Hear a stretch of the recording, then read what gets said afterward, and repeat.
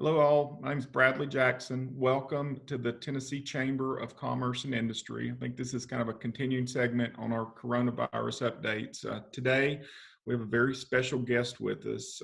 State Senator Bo Watson joins us at his workplace, Park Ridge Medical Center in Chattanooga. Welcome, Senator Watson. Well, hello, Bradley. This is a strange way to say hello to you, but welcome to the new normal, I guess, right? It is. Well, thank you very much for taking time out of your busy schedule to join us. And primarily today, we wanted to give the chamber members and the business community really a perspective of kind of state government operations, the things that you see in your leadership capacity from the economy, and some ways that we're working to help businesses. And think through that. So, kind of the first question I'll put to you. Tell us a little bit about, you all were running full steam.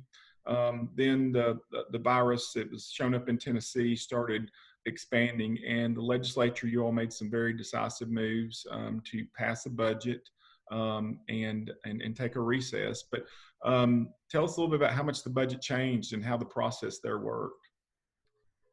Well, oops, sorry about that. Welcome to the new technology. Well, I mean, obviously, about 6 weeks ago, I actually had reached out to McWhorter and said, "Hey, I'm hearing in the healthcare world that this virus is really going to be a really big thing." And he and his team started looking at the potential impact at that point. So if you look at the budget that we passed as compared to the budget that the governor had hoped to pass, it's about a $1 billion difference between the two. The governor eliminated all of his new initiatives, or virtually all of his new initiatives. We changed our revenue projections for next year from about 3.1% to 0.25, which is basically zeroed out what our revenue projections were. And then we reduced what we thought our revenues would be for the remainder of this year. For those who don't know, our year will end June 30th. So, realizing that now we had a lot less revenue to work with, we had to make the appropriate reductions. The good news is that to this point, we have not had to cut into the base of our budget, meaning that departments or agencies or at least have the same amount of money they had last year. We're also, to this point, able to, keep some of a pay increase to teachers and some of a pay increase to state employees. But, all of that will be reviewed over the course of the next few weeks and really in the next year as to what we're able to do. In essence, it probably was one of the more difficult budgets to deal with because of the reductions. On the other side of the equation, it kind of highlights that the most important thing we do in state government is fund our budget, because in moving towards a quick closure to session, we eliminated all other superfluous kind of legislation. Not that it wasn't important, but if it didn't deal with either the essential functions of state government, or if it wasn't something that was absolutely necessary for us to implement next year, then it was pretty much put on the table until next year. Yeah.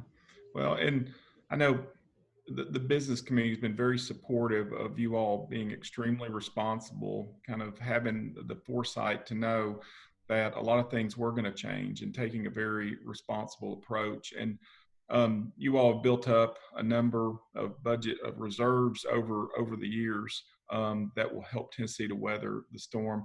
I do want to ask you too, kind of about that final week. I know it was a very strange meeting scenario for you all. Kind of take us behind the scenes. I'm sure it was a very stressful time and everybody's mood with what was coming up. But tell us a little bit about kind of that final week. Well, when the Senate came in on Monday, when you become very focused on something, you can actually be very efficient. And when there was agreement amongst the Senate and agreement in the House that we would eliminate any of the superfluous kind of legislation. It made the focus on the budget a lot easier because we were really only dealing with one bill for the whole week. The trick on the passing the budget quickly isn't so much that we can't make decisions about what we want in and what we want out of the budget. It's just the legislative process has certain time constraints that you just can't avoid.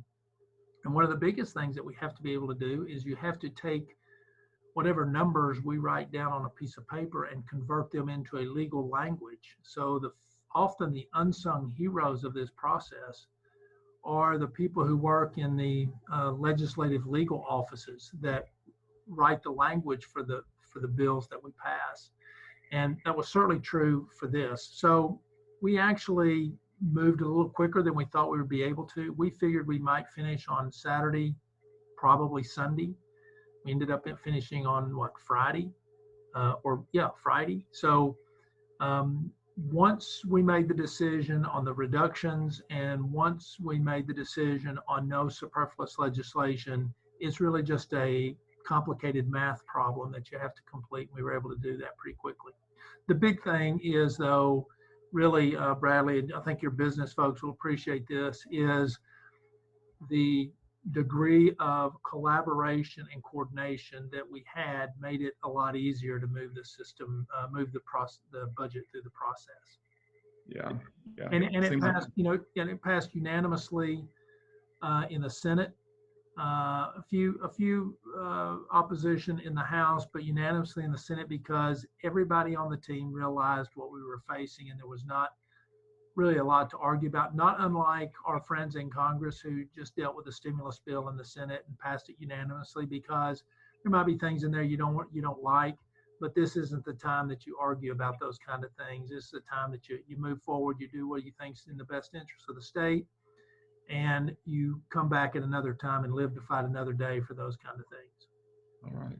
Senator Bo Watson, Chairman of the Senate Finance Committee. This will wrap up our first segment of our discussion, and we look forward to you all join us our next session, which I guess will be tomorrow. So thank you very much, Senator.